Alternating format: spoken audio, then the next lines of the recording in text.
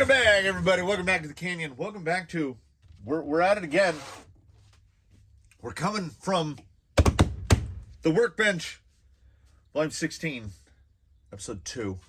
And before I whip out the D, this has been living in my head, right? I know that there's a reason that the upper link is over here, okay? Because the way the gearbox is oriented, once we have that put together, you'll be able to see it better. The gearbox is motor facing this way, spur gear facing the back. So the output shaft is here, and it goes right like this. So they put the upper link over here.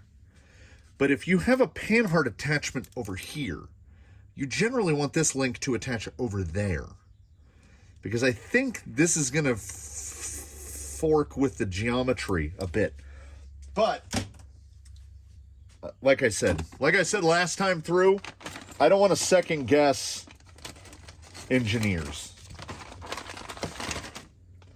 Now, I know that, there's a whole thing about engineers and then the people that actually build the things designed by the engineers, much as there's a whole thing about architects versus contractors, where you have people that want to build things purely for aesthetics.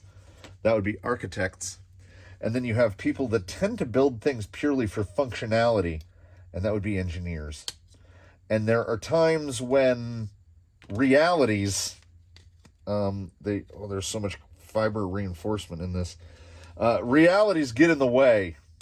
I don't know how many times I've heard from guys like welders about how they were like, yeah, so they wanted me to weld this railing that is physically impossible. Like it can't actually be constructed. And that is a thing that engineers will do. So I'm not here to defend or denigrate engineers. Don't take any offense if you're an engineer. But sometimes the practical application of the engineering that has been engineered, they don't think it all the way through. Like there's many. We're not talking about any new or revolutionary design. I almost did it. We're not talking about any new or revolutionary designs or concepts when we're talking about what goes into a rock crawler. This is technology that has been around for a long, long, long time. And that technology does 100% scale. What works on something that's full size versus something that's this size, it all translates, because geometry doesn't really care about scale. Now, there are some things that we have to take into consideration, like some things are reliant on mass, and we do not have a lot of that.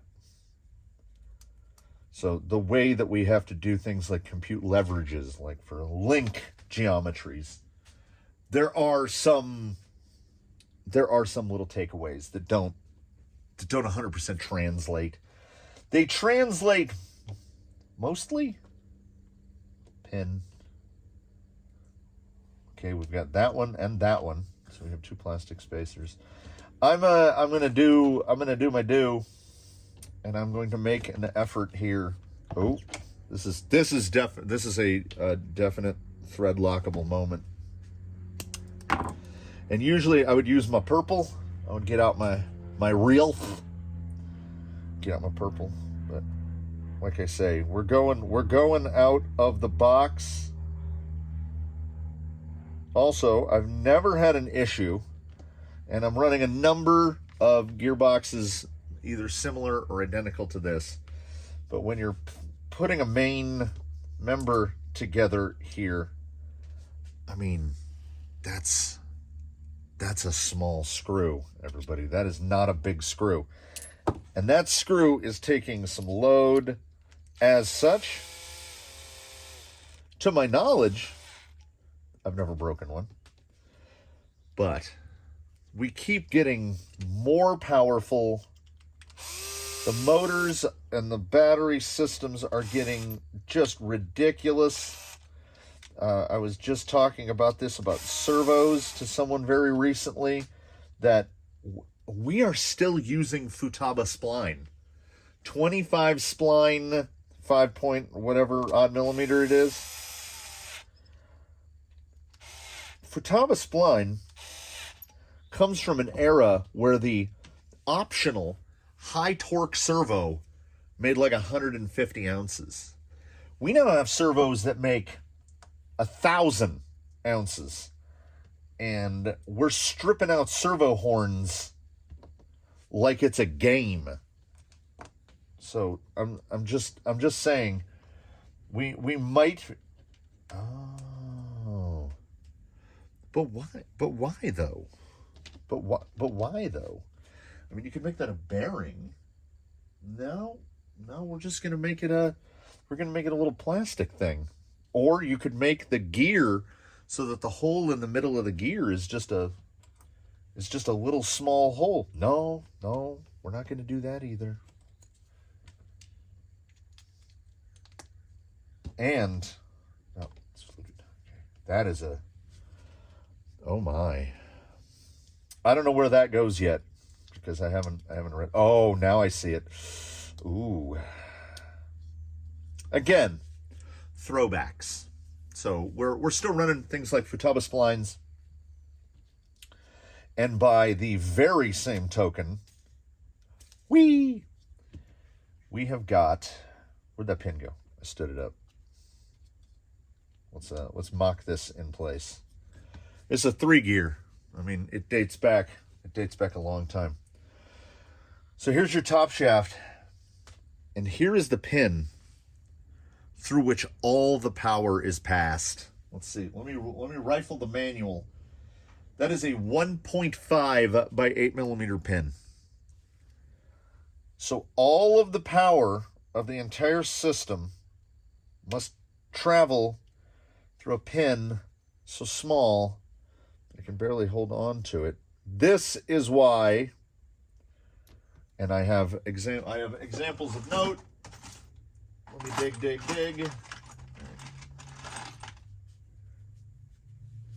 We're just gonna machine it as one piece.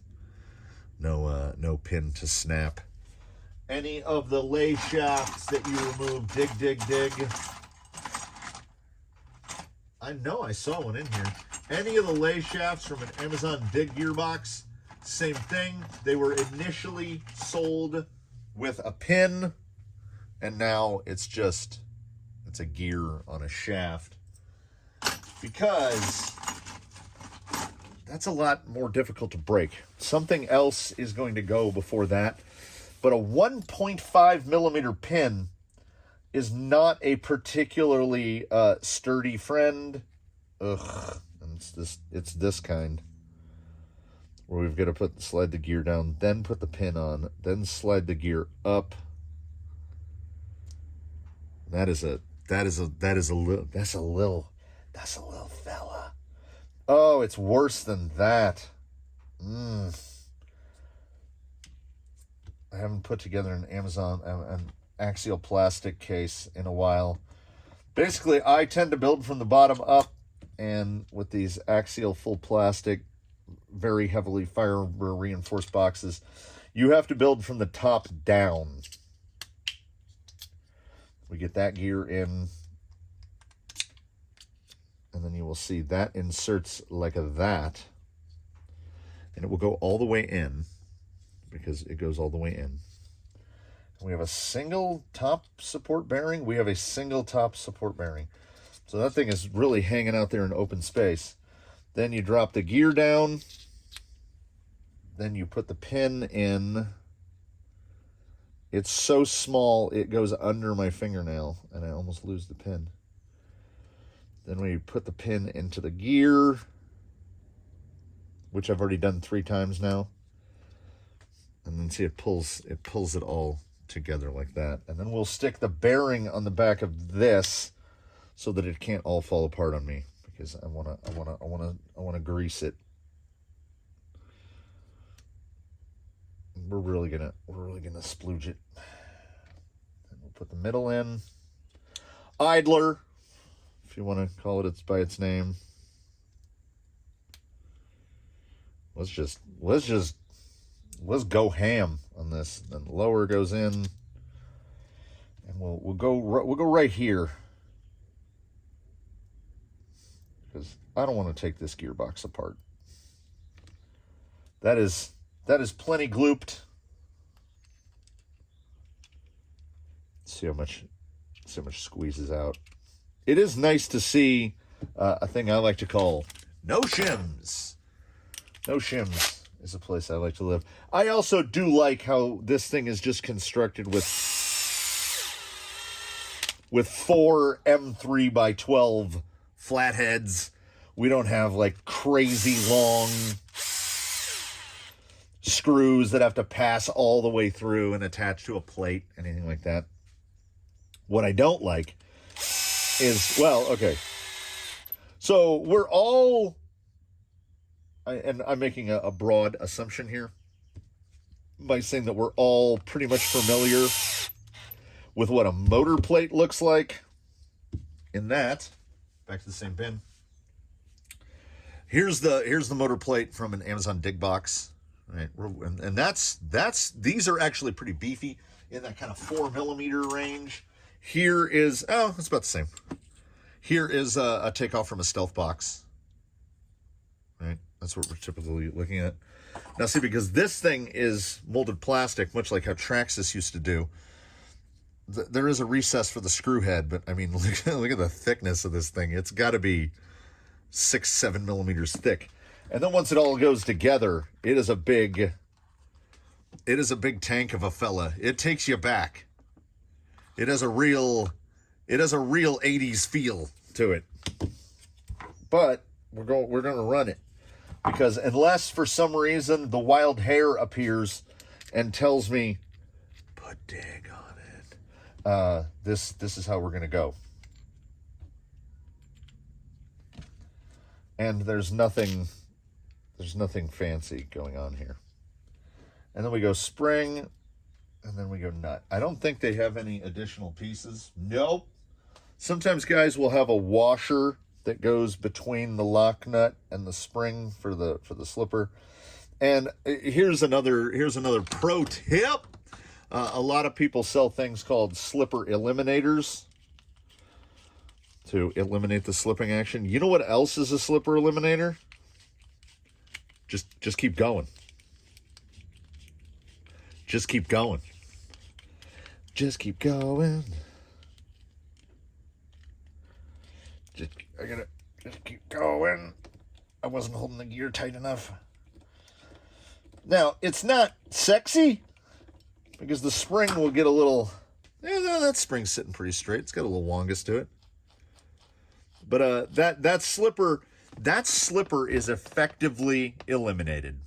But it will still slip if you bind it real hard. So this could potentially save you from snapping something. Now, on a lot of my Element gearboxes, like say for instance, take a Stealth XF. There's a slipper in it, but because the slipper pad surface is so small, again, we have something to show as an example. That's how big the slipper pad is. It's the size of a dime. This slipper pad is massive, which is the way you want it, because the more surface area you have, the more point of adjustment you have. So we can crank that thing down hella tight and still have the potential to get some slip, should we need that slip, lest we blow a drive shaft to smithereens.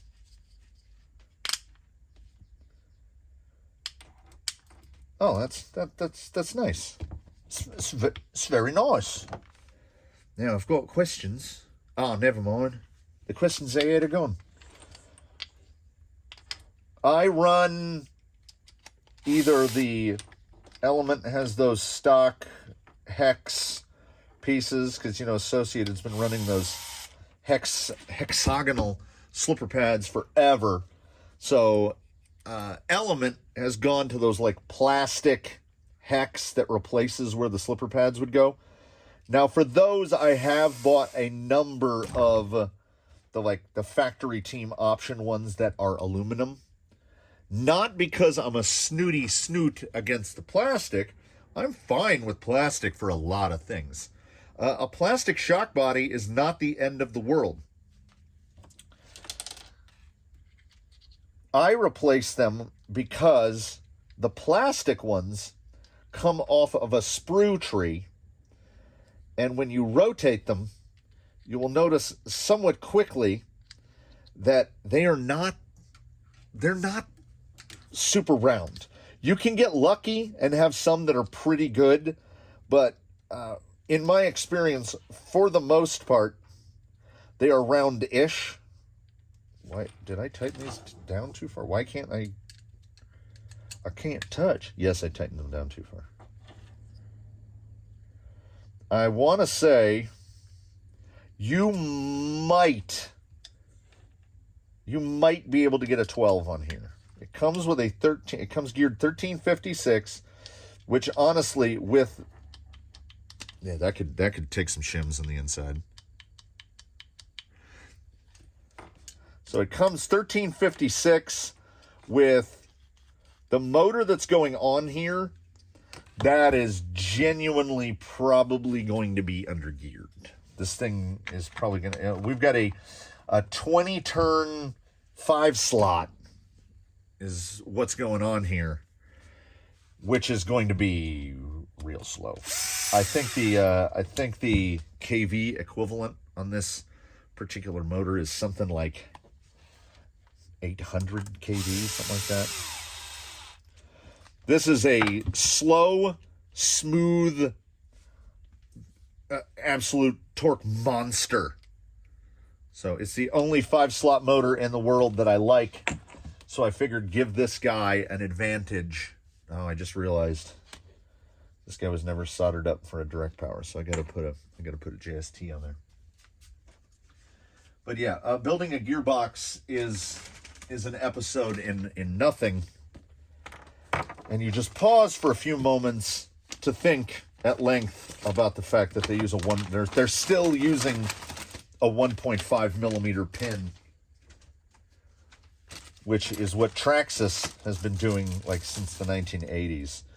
We have 2 mounting plates, and they are both set up for 4-link, which I like to see, as we could convert this to 4-link, because a servo on axle mount for an AR-44 is like $12. You can buy one on Amazon.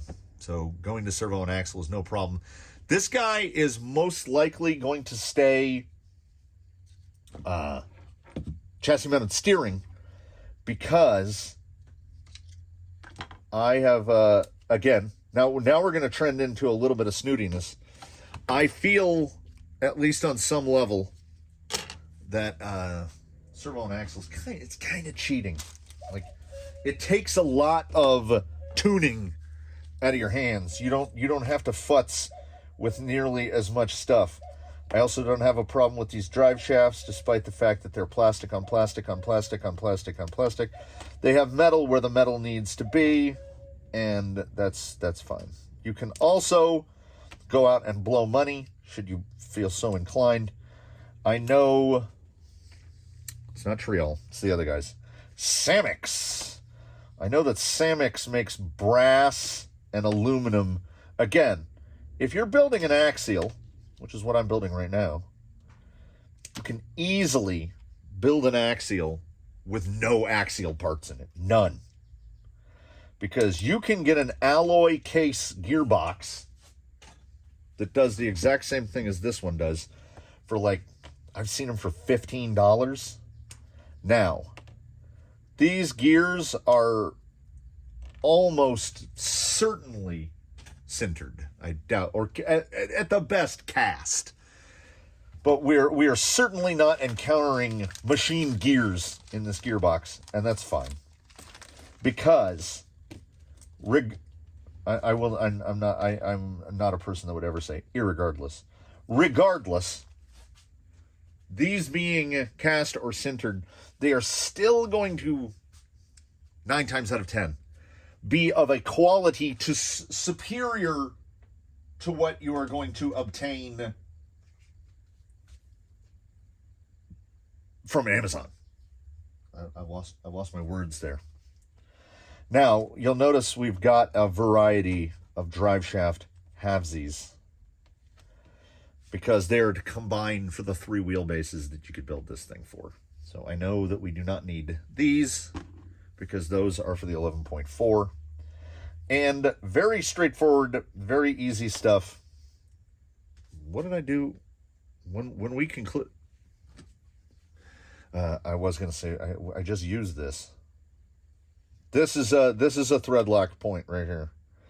And were I being diligent and considerate, you really do want to take some kind of solvent to these before you begin to assemble them,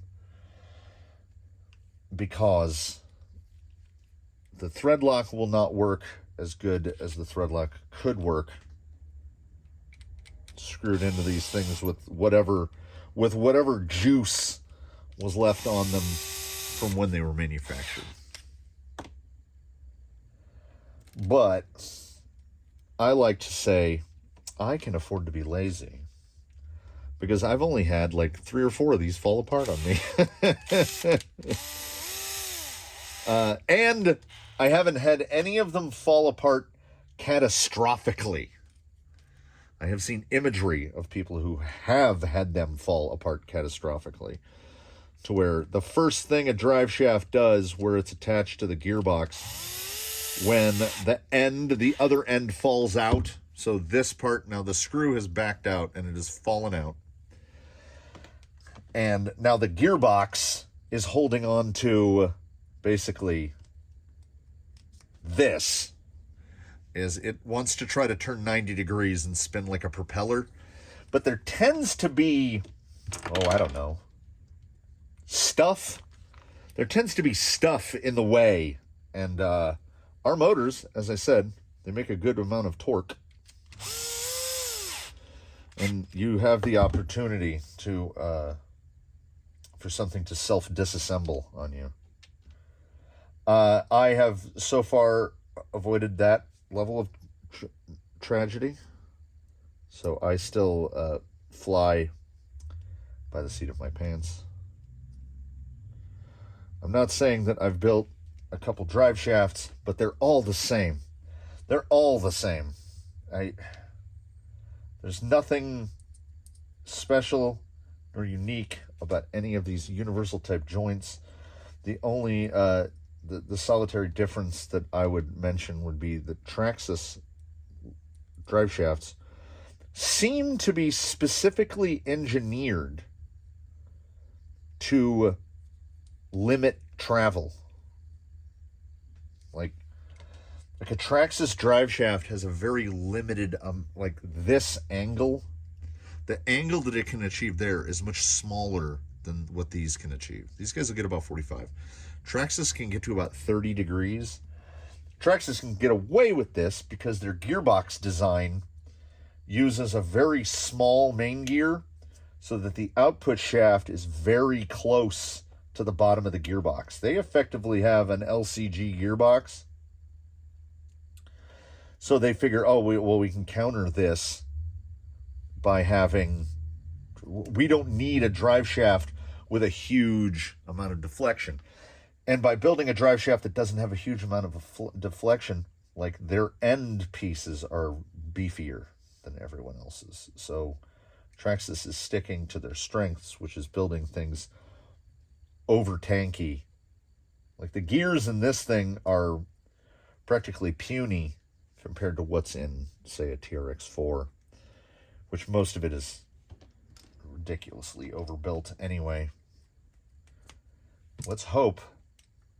I'm not going to bother with the clocking on these because we're not going to be putting it in for a minute. And then there's two screw pins. So I'm guessing, boy, I'm hoping the other 2 screw pins are in some different bag that we need later. Oh yeah. That's why there's 4 screws here and 2 screw pins there.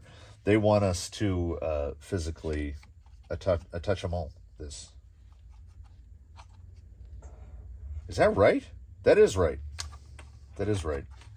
Also, points of positive points to Axial for using 4 of the same length screw to affix the gearbox to the skid. Element, I'm looking at you, where they use 2 different lengths of screws, and if you get them wrong, you can drive a screw into your main ring gear. I've done it. I know people that have done it, and it's really not your fault. Axial, because what we're working on here is almost old school Axial by today's standards. This was before they started using 17 different screw lengths to put something together. So that just bolts on there nice.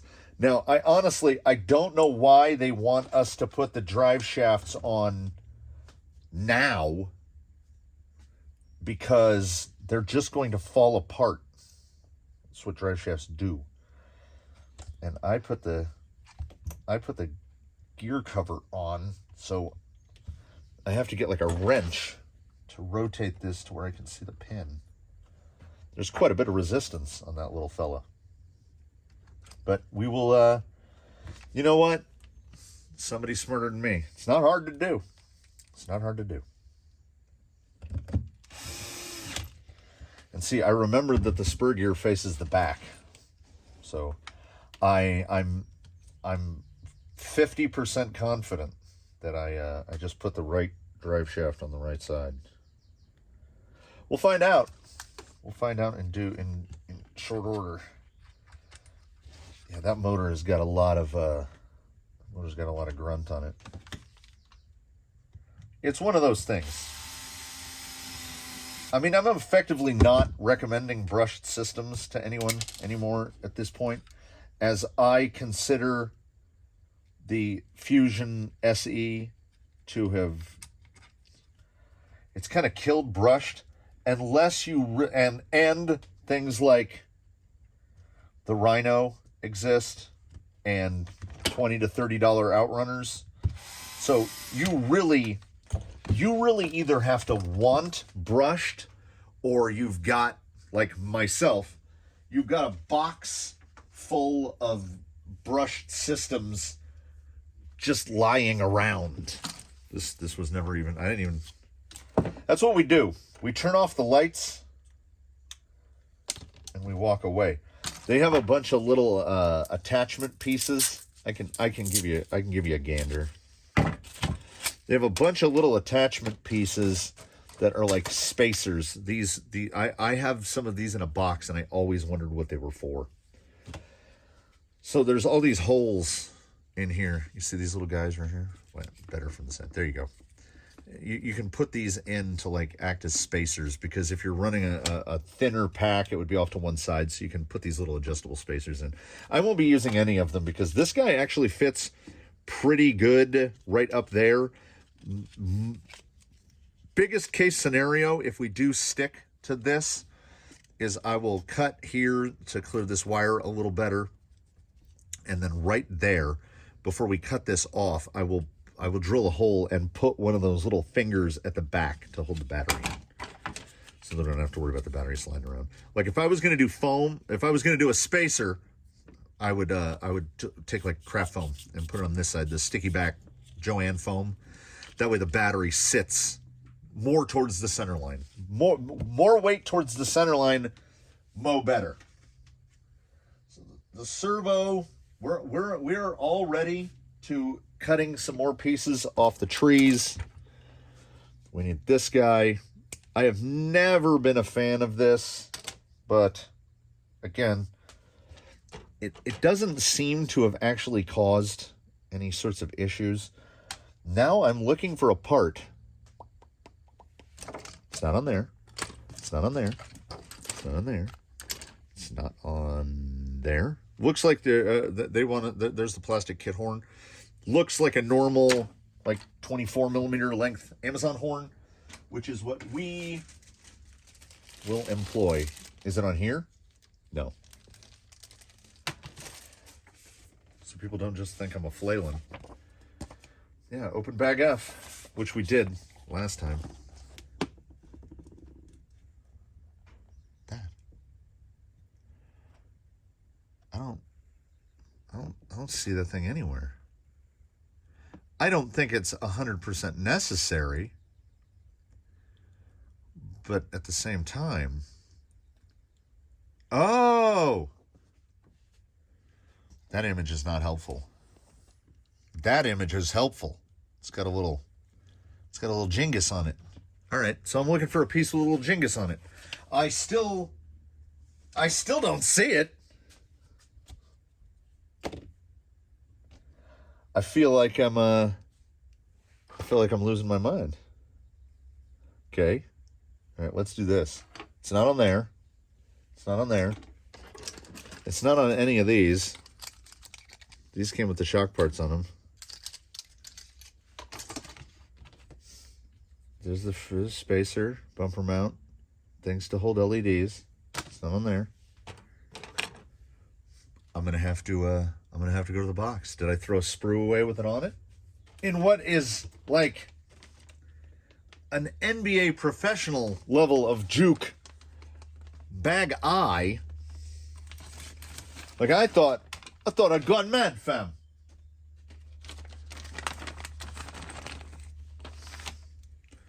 There they are. There's 4 of them. And they were in bag I.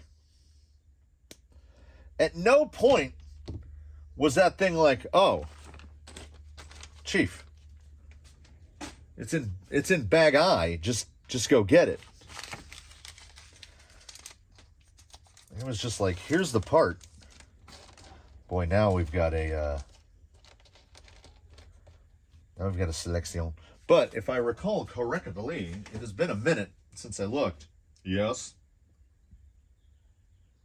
We need a 3x8, which I can ID with my brain, usually 3x8. And we need the ones that have different heads. 1, 2, 3, and 4. We're having a good time. I appreciate on one level the sort of like the level of adjustability of this servo mounting thing, and at the same point, on the other hand, I dislike it intensely because it's just annoying, and they keep embracing it. 10.3 uses it, the base camp uses it, and there have been times, well, one of the builds here, I had to cut a significant amount of material off of the frame rail because, and I can point it out here, in the manual, it has suitable servo size. This is never a problem. This is never a problem. But when we're getting into these torquey monsters, this thing wants a max servo height of 38 millimeters.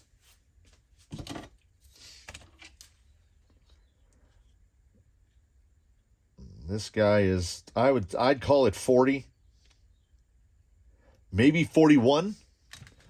So this servo is above the max servo size. So what we're probably going to end up with is having to run some spacers under the servo to space the servo up. But as I don't know yet, I'm not going to bother doing it. We'll cross that bridge when we get to it. Because what's going to happen is the servo being too tall, the height is effectively never this way. It means this part is down farther than what they want. So that's going to move the horn down, and then that's going to make the drag link and the panhard bar too long or too short. So we're going to get bump steer, or it's going to be skewed off to one side. And it's just going to be this one little thing. Now, those screws are long enough, and I have plenty of room that I can indeed, I can space this up if need be. And inside the, like left over on the sprues, where are they? There's all sorts of little plastic rings and bits and spacers. So if it becomes truly necessary, I can indeed space my servo up so that I don't mess with my geometry. And with that, we've got a gearbox with a motor on it, which actually, yeah, goes just like that. We've got servo mounted to the tray. We are now instructed to obtain shock hoops, which as I said, hopefully I will only be using 2 of these. In the future, we're going to get those cantilevers to work. Hell or high water. I don't have anything with cantilever on it in the, almost did it again. Get out. There you go. We don't have any cantilevers in the fleet. Might as well cut these off while we're at it. Might as well get a cantilever in there. And cantilevers have the added bonus of being kind of annoying to tune. So we'll have the added fun of that. And the new guy will get to take over some of the duty from the quote unquote old guy and do a junk view on that Amazon cantilever kit, because we will indeed assemble that cantilever kit as it comes out of the plastic. Then later, when we realize that the shocks are every bit as bad as I anticipate them to be, we'll put some decent shocks on it, because I have plenty of spring choices to work with. Let us get our friend Manuel, the one shock tower that's impossible to mess up, and we're not using any weird screws. Awesome. We're off. We're on the right foot. This thing is going to get to slider at minimum in this installment, and that is, surprising in and of itself, because I am, much like I was last time, just rambling on. That fit is both comfortably tight and frustratingly tight. Almost like the parts don't want to go together. we go. I also see there's 3x10s and 3x12s here. Oh, I see. I'm trying not to get too far ahead of myself or anything else. Now we gotta make a sandwich.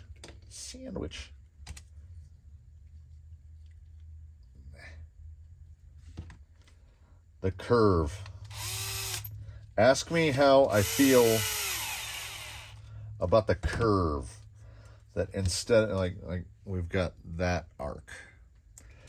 Instead of that curve is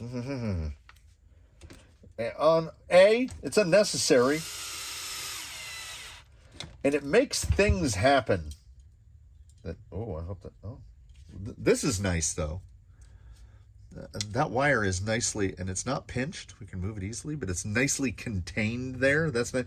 Now that I'm looking at it again, might not cut this off.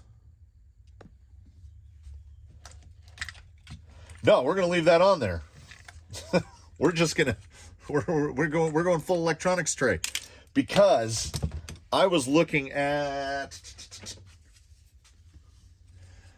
we're going to have to cut so much of these off, because, and I said, I'd forgotten about this. these just aren't going to fit. Because if I put these just directly side by side, they're about 80% of the width of this. Like, they would have to get cut down so much, there's no way that box is going to fit. So this thing is either going to get some sort of, no, we're building it out of the box. It's going to get no side skirts at all. Wow, they want us to drop the gearbox in already. Wow. They also want us to put this thing in.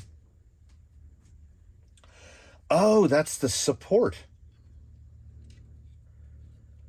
That's the support for that guy. Is it? I guess. I don't know. Oh, I see the routing. Okay. Rear shock hoop mounting positions. All the way back for the... Oh, the 12.3. The 12.3 and the 12.0 have the exact same shock mounting position. And then we just go one hole forward for the 11.4. The 11.4 would be great if you want to build if you want to build a Bushido that's not a Bushido. You can absolutely opt to do that. Like I said, I am going to just omit... We are going to omit the skirts. There's just no way. The skirts cannot be. Also, this thing as laid out wants a 540. If you want to go bigger than a 540, you are going to have to cut the battery tray down. 10.2. This is one of those instances, and there aren't many, but they do happen, where I hear people complain, particularly on forums, things like Reddit, where people say, oh, I don't want to buy that because it's a dated design. And my first thing that pops into my head is, dated design? What the hell are you talking about? Because my first thought is stuff that I'm going to have to deal with. Suspension geometry, panhard bars, all that stuff. No. What they're referring to in dated design is stuff like that. This thing is built for a 540. Or at least giving the benefit of the doubt, I hope that that's what folks are referring to. Because, yeah, I agree 100%.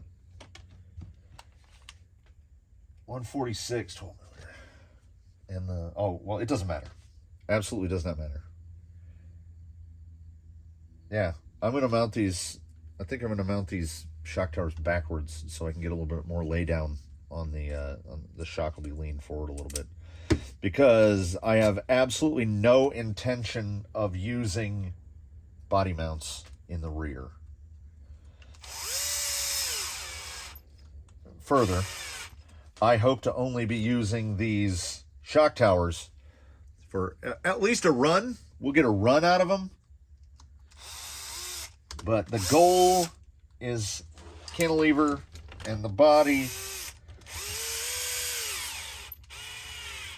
is cab only. Because then I can just... Now, there's the question. There is the question.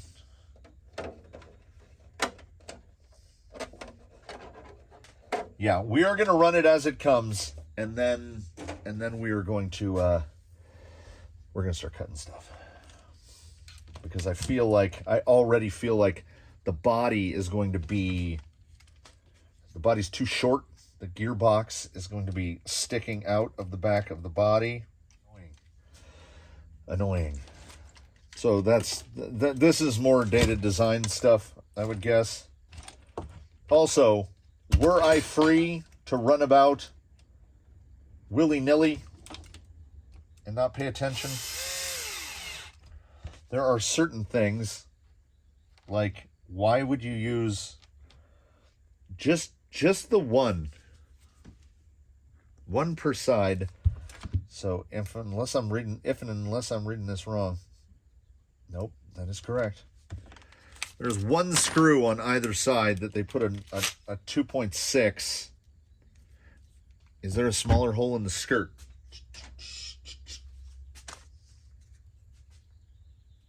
No? Yes. Why isn't this little brace just a 3mm screw?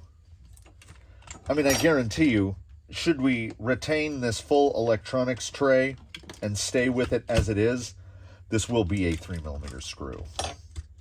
I don't want to change drills just to put one screw in. That is definitely the screw that goes in there. Oh, that is frustrating. And also, there's just absolutely no reason for it.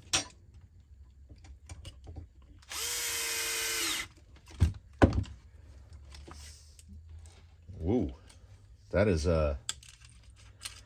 yes, we only have half of the chassis mounted,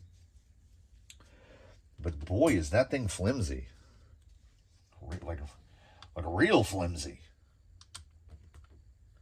Well, yeah, we're most likely, this will come in when we get to taking stuff apart. We are most likely going to chop the bed, because this thing is going to be sticking out so far. Oh, this thing would look comedic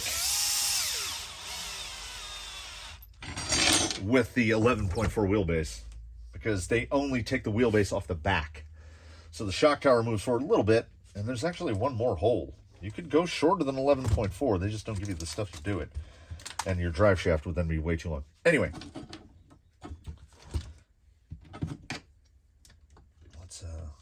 Let's slap it together.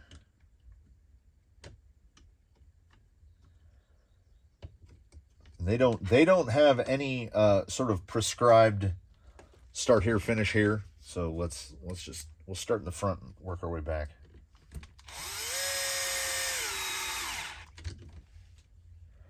Next one is a 6. We're getting a little axial flavor here, where it goes 10mm, 6mm. Then we haven't flipped around yet, so I don't know.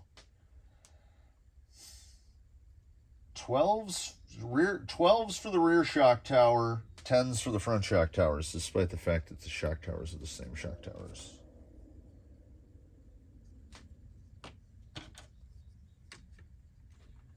Well, not the same. They're not the same.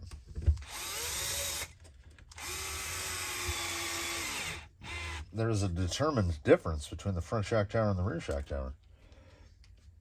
You know what?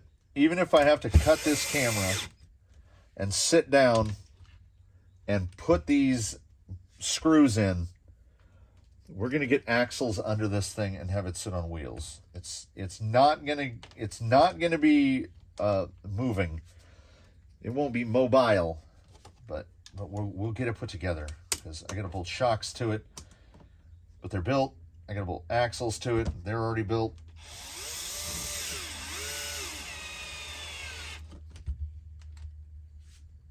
We will see. I'm not saying that I get impatient, but I'm definitely not the guy that I'll see an update post on a forum, and the guy's like, yeah, so I made some progress on my build today, and I go back to the first post, and they started in August of 2022, and I fully understand. I know that, life intervenes, but at the same time, I'm like, holy cow, my brain will have fully moved on to something else way before we get to that. And I think I used the wrong screw somewhere. There's a 10 in a spot where there's supposed to be like an 8 or something, and I'm not gonna sweat it. I'm just gonna throw a different screw in it. And now we've got to do that one. And I don't know. I feel like I need to show stuff, even though ordinarily I wouldn't show this stuff.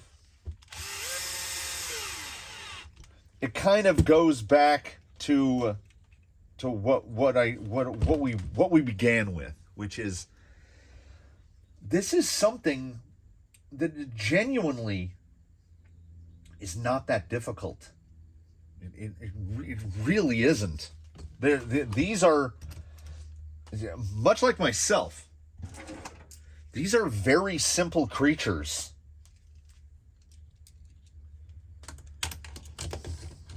I don't even know what they want us to start with.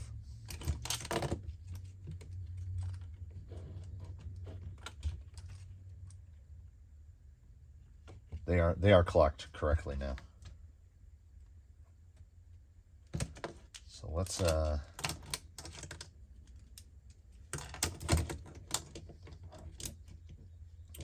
get this holding so that it can fall apart frustratingly several times.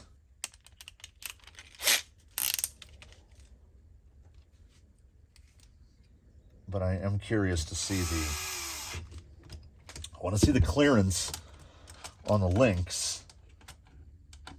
It already fell apart. And now we're way off. There we go. So once I get the lowers in place, we should stop.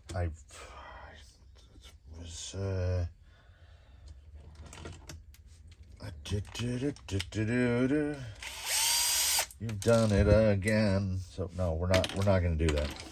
It's just going to keep falling apart. 117s or 15 mil. That seems way short.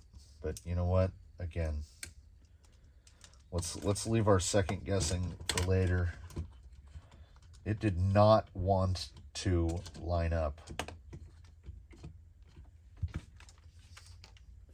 This also explains something to me. I have a very, I don't want to say, let's say retentive method of screw storage. This is my screw storage bin for buttons and flatheads. So we go 6, 8, 10, 12, 14, 16, 18, 20, 22, and then above 22, so 24 to 30. So we've got this bin of 14s and we've got this section of 16s. I will take those out and throw them on the thing, and they won't be 14 or 16. And I'm always like, why are you doing this to me?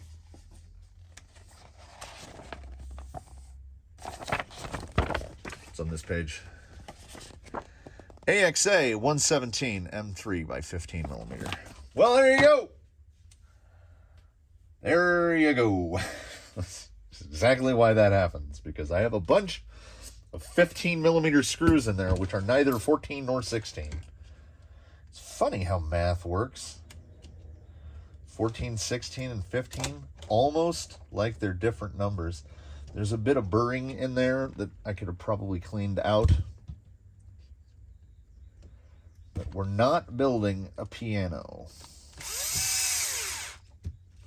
Those seem really short to me, but we're gonna let it slip and we're gonna let it slide. So I have to give points here for just this. We're going back to that same one we just saw a frame of earlier. This, ladies and gentlemen, just turn the thing over, right? Just like, see what that is? It's upside down. Just turn this upside down so that we don't have like this. This is nightmarish. This is why people don't want to build kits. We also have a 18 millimeter screw and a 15 millimeter screw right next to each other. And I know that we need the 18 millimeter. I am still going to have to go to the ruler to make sure it's an 18, because we have the screw that holds the upper link, and it has to pass through material, and then it also has to get a lock nut. So there's our front upper, and we go to our usual, this is the trick, this is the big hander trick. This is I've shown this in a video before. You get cheap forceps, lock your nut in there, get this guy right down in here, and it will hold them, it will hold it with authority. And then it still tries to The quality of the included fasteners varies wildly from purchase to purchase, and we'll see if that cross-threaded from the very beginning. Yep. So that nut effectively has no threads in it anymore, because just the hit of the tip of that driver, which is why, yes, should you probably be doing this manually? Yes. Am I going to? No, I am beholden to no one. I am going to continue to blast away at things like an animal.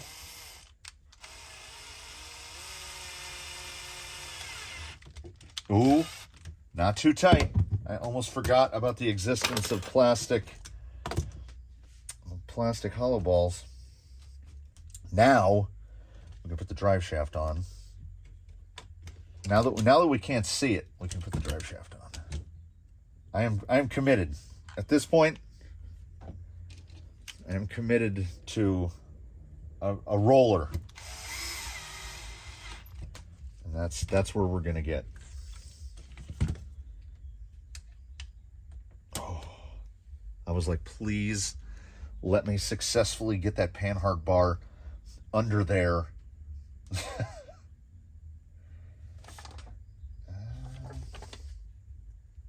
What size? Well, they want the shocks on before the panhard is attached. Panhard goes on last. But 15, 15, 15, 15, 15, 15, it's just all 15s. So we need shocks that are yellow, banded in color. Yellow. They want reservoirs to the back, so we'll just do it. This is not exactly a foxy shock orientation. We're pretty much straight up and down.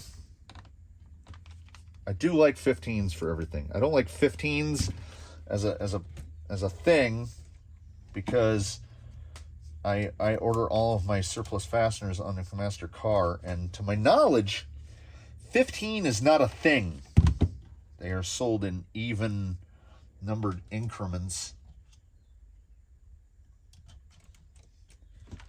Also, this is why I question, why would you, and again, we're just going by the manual,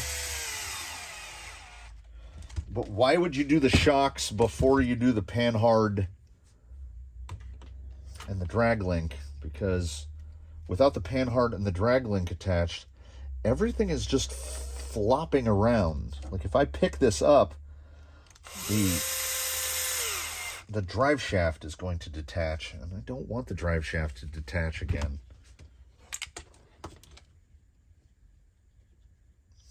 Also, getting around those.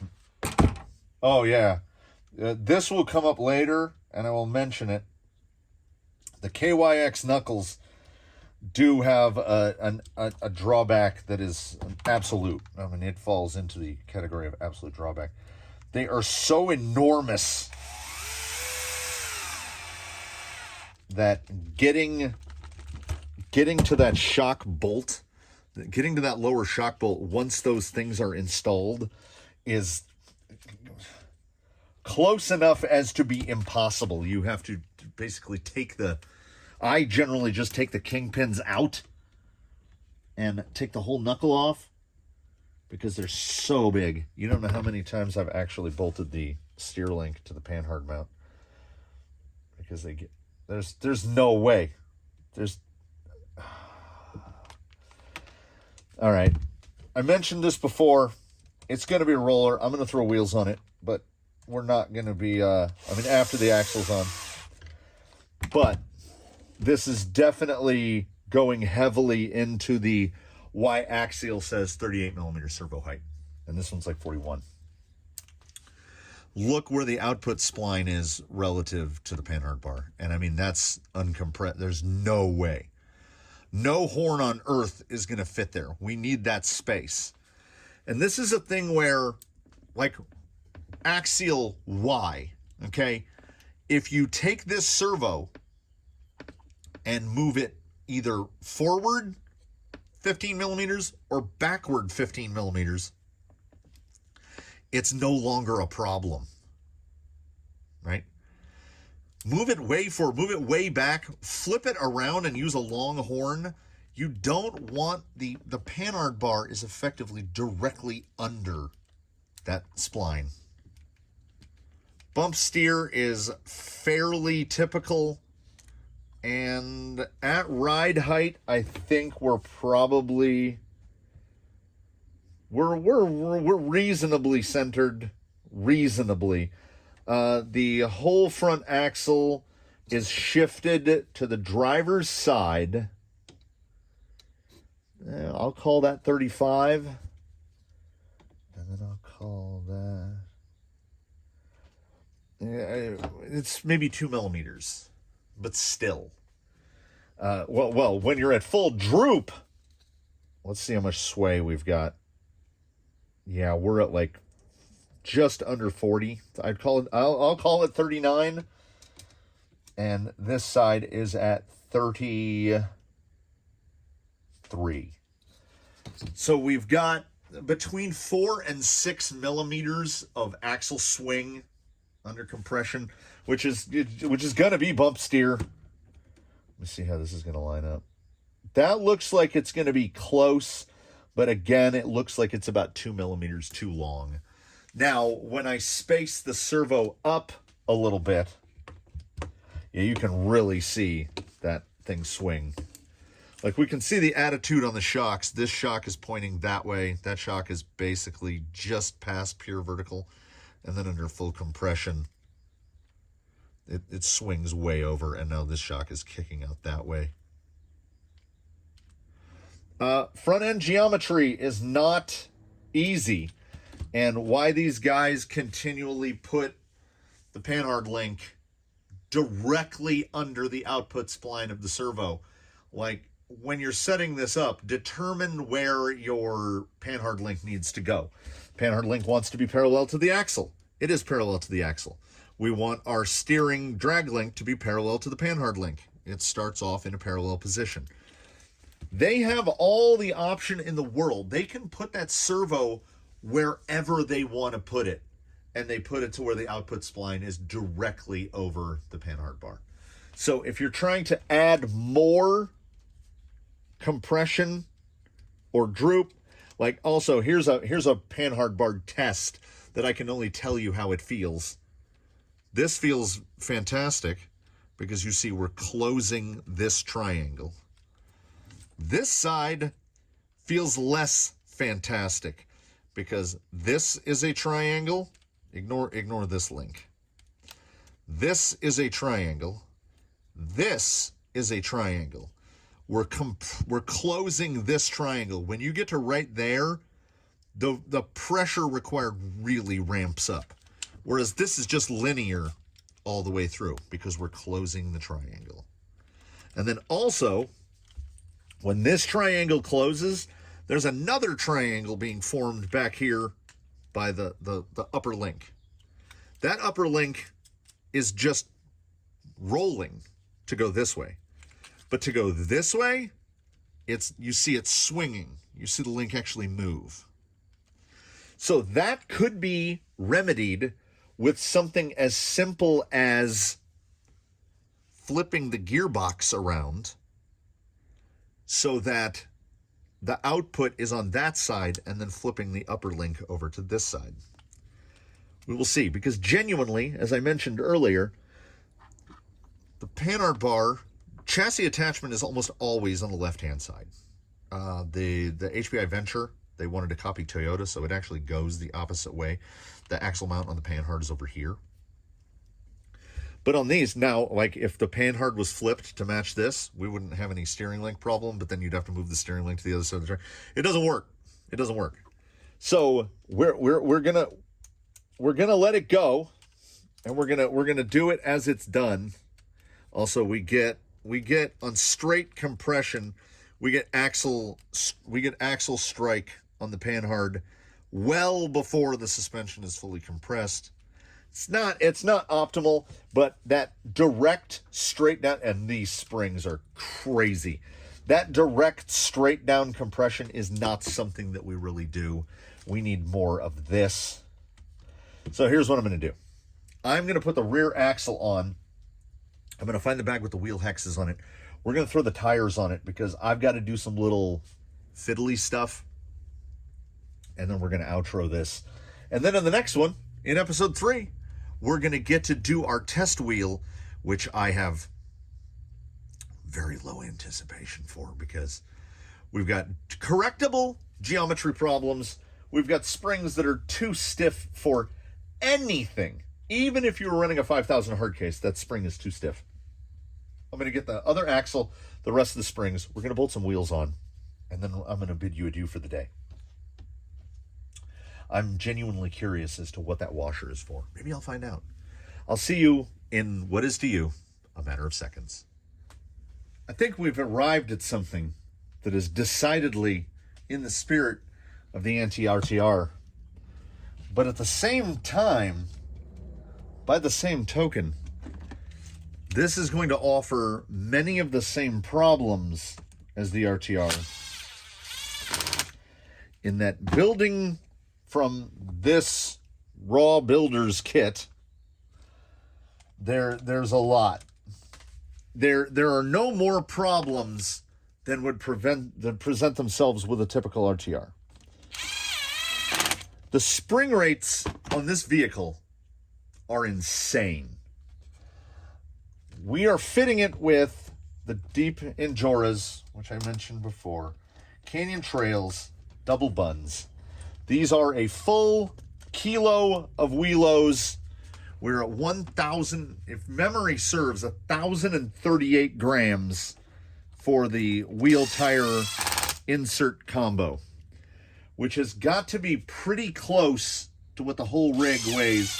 Well, we're going to throw it up on a scale, and as I know what the stuff under it weighs, we can figure out what the stuff above it weighs. Now, here's where we have the problems. This thing is sitting full crank. Like it is, the rear settles about 4 or 5 millimeters.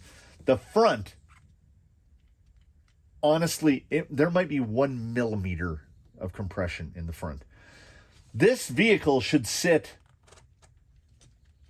get that steer link out of there, should sit about there.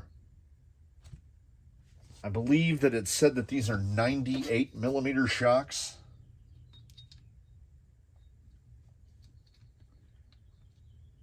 Well, they're actually much closer to 90. No, they're about 95s.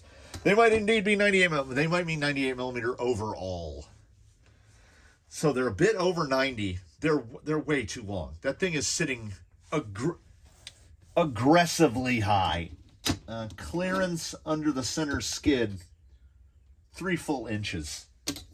It's too much. Now, we've got this guy.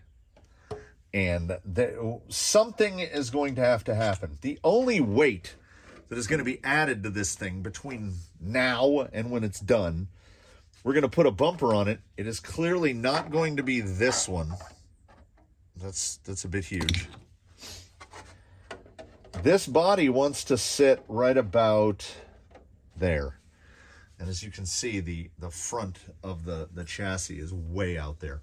I have no problem with chopping the front of that chassis to get the body to sit right there.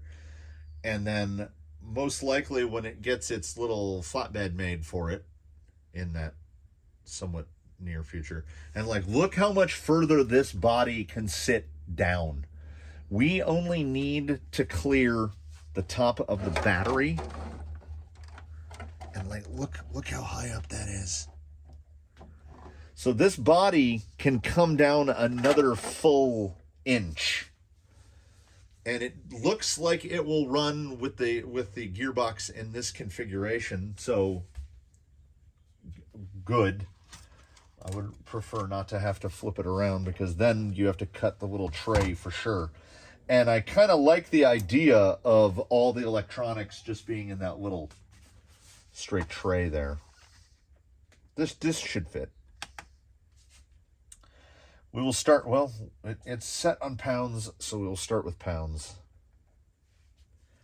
5.5 pounds, which to me, oh, but that, wait, no, we gotta go to grams. We gotta go to grams.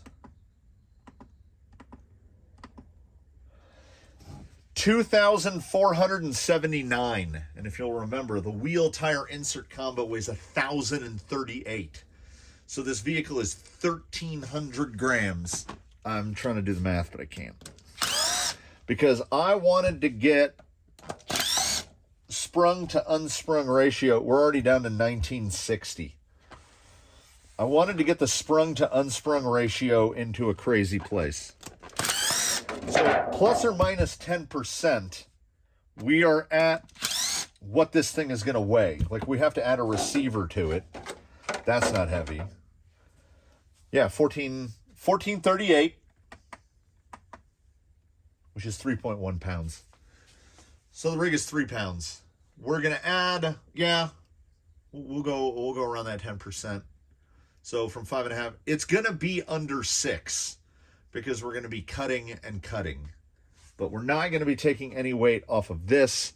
If nothing else, we are going to be adding this amount of weight, which takes it up to 3 3/4. From 3.17 to 3.75. Those things don't mess around. We will see how much chassis rail we need to cut, front and rear. We will see where the body needs to get trimmed to sit down to where it properly needs to be.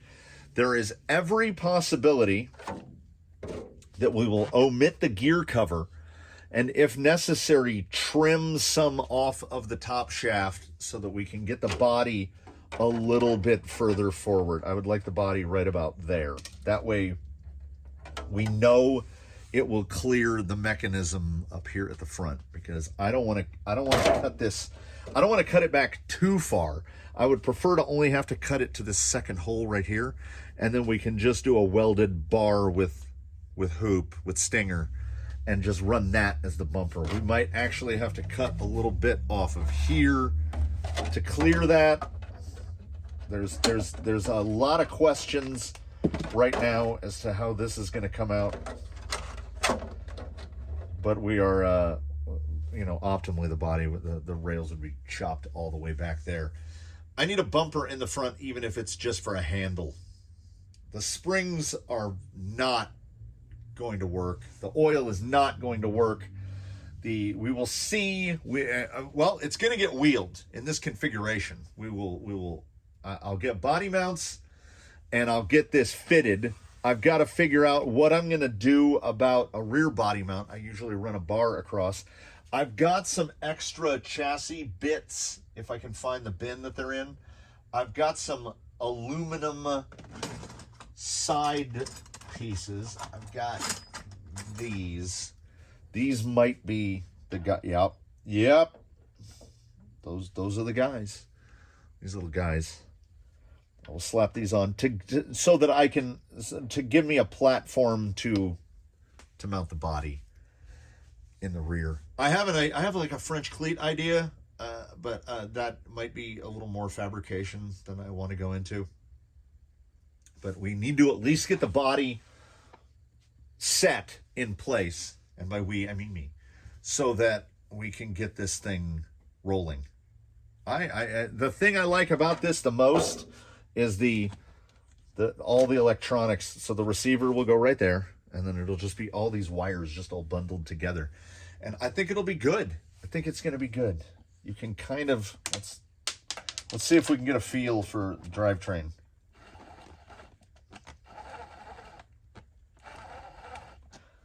There's a ton of resistance in there, which I assume is coming from that motor. I do a usual thing. We might, if I remember, we'll touch on it in the next one, where I get everything assembled and I get it to go, and I take the pinion gear off, and then you just kind of roll it. And that's how you find out if something is bad, because the motor is going to add a ton of resistance in a lot of instances. So give it, like, roll it around, see how it feels, see if there's anything clicking, see if there's anything that feels like it's binding. So this guy is going to be episode 3. We will be on the rocks, and then we will almost all but immediately go directly into tuning, because, like, you can see it sitting. That chassis, the weight of the chassis should have its belly just flat down on there, but it doesn't, and it can't, because those spring rates are ridiculous. These actually might work in the front, but those, there's no chance. 2.6 pounds an inch is crazy, particularly for a shock that's standing straight up. So thanks for coming along with another long-winded installment of this one. I am really looking forward to the tuning of this, to get this thing to be operable. This is like building an RTR from scratch. There's a lot about it that feels very RTR-y, which is not unexpected. The trail-proven off-road performance of the SCX-10-2 Raw Builders Kit. It feels like building an RTR. There's a lot of RTR grade stuff. It is nice with the switchable wheelbases and stuff, but there is a bit of dated to it. But a honcho is like $379 for an RTR. It's not going to be close. I don't have to deal with Axial Falcon Wild Peaks. I don't have to deal with Spectrum Electronics or whatever, an AE5 and what, oh no, that had that tactic. Yeah, I don't have to deal with any of that. This has a motor I would choose, a speed control I would choose, a radio I would obviously choose, servo, tires, wheels, all of that stuff. The goal here is to retain as much of the builder's kit as possible and not go too nuts. And I don't have to use these. I could cut these way down, even if it came to, where's your other one? Even if it came to cutting up where I do not support this. This is a thing I've seen on axials before, and I do not support molding your receiver box into your side skirt. I could cut those down, save a little bit of weight, but like I'd have to cut them down a lot, because it needs to be about this width, which is right on the edge of the receiver box. So you know what? I might just take these to the sander and take those edges off and see if we can get them to fit under this, because I need to get this mounted, and that will give me more real estate. This also gives the opportunity to run sliders if I felt like sliders. We'll see. We'll see in the next one. I might break tradition from what's going on. I might do some work in the background, but I feel like I've gotten enough done so far that these episodes will be up most likely before I start in on part 3. So y'all in the comments can throw me some suggestions or be like, no, we want to hear you ramble more longer at length. Also, rear pinion angle is not great. Rear upper needs to be about 5 millimeters longer. Front pinion angle looks good, looks real good, but horrible spring rates. So there's little stuff, and that has nothing to do with the kit. That has nothing to do with anything other than a lot of the time the engineering comes straight out of the trash can, and they don't pay attention to it. Like, I don't know if any point in the sweep does it go below. No. So like the pinion angle is not optimal. This should be clocked a little more, but we're going to slide on here and not slide on there. So it's fine. The rear feels pretty good. These shocks feel better than I had anticipated. They don't feel phenomenal, but they're not awful. I don't like them. That's just a personal thing. All right. We've been here more than far long enough. I will see you in the next one, whatever that might be. I thank you for bearing with me, for coming along for the ride. And I look forward to seeing you in the next one. Please do comment below, like, subscribe, consider channel membership. Once again, special shout out to channel member subscriber Andy Yates for sending out the Raw Builders Kit so that I can denigrate it to the best of my ability. It does feel a little dated, but again, People, these are rock crawlers. We can make this thing absolutely capable for a minimal expenditure. It's still going to be better, in my opinion, than dropping the money on any RTR, because what is here, discount all the electronics and look at what's here, and it is effectively what you would get on an RTR. But instead of spending the extra money for these pieces, we're putting good stuff in there. We're putting good stuff on there. I don't want axial Falcon Wild Peaks. I want those, or I want fossils, or I want whatever. We've got so many tires to test on this. And I do know from previous experience that hunks respond really well to lightweight rigs. So there's a very good chance this guy might end up on hunks. He might end up on something else. But I wanted to go starting with a budget build. There's so many tires I want to test on this thing. Scorpios, scalers, approaches, you name it. I want to try them. So we're going to get this guy further into the build. In the next one, we'll be to a mover, past a roller, and we'll be under power and ready to go. I can get this guy under power in like 20 minutes. But I want to get the body fitted before I mess with any of that. So I'm going to fit that body. I'm going to get things cut. I'm going to get things trimmed. We're going to take it out of the rocks just as it is, and we're going to marvel at how bad it's going to perform on those just ridiculously oversprung. A honcho is effectively this with a different body on it. And our goal is to make it better. I will see you in that one. Thank you for sticking with me on this one. Thanks for being a follower and supporter of the Canyon. As anyone who clicks watch this and doesn't click out in the first 45 seconds is a supporter of the Canyon. Thank you one and all, everybody.